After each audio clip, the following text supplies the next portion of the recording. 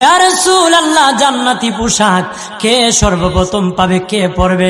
নবী বলেন, আয়েশা রে, জান্নাতি পোশাক সর্বপ্রথম আমি রাসূলুল্লাহ পাবো, কিন্তু আমি নবী সর্বপ্রথম পরব না।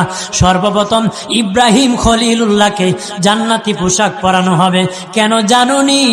ইব্রাহিম নবীকে নমরুদের আগুনে যখন ফেলে দেওয়া হয়েছিল, দুনিয়ার সব ছেড়ে দিয়েছিল, বাড়ি ছেড়ে দিয়েছিল, সম্পদ ছেড়ে দিয়েছিল, মা বাবা ছেড়ে দিয়েছিল, এমনকি গায়ের জামা যখন খুলে নে, ইব্রাহিম কয়েক কাপড় ছেড়ে দিতে পারি, আমার আসমানের মালিককে ছেড়ে দিতে পারি না।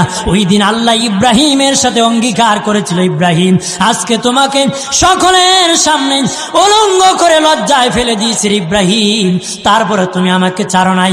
আমি কিয়ামতের দিন সকলের সামনে মুসলমান, বেঈমান, কাফের, নাস্তিক যারা তোমাকে উলঙ্গ করেছিল, তাদের সামনে আমি আল্লাহ আনুষ্ঠানিকভাবে তোমাকে কাপড় পরায়া দিব।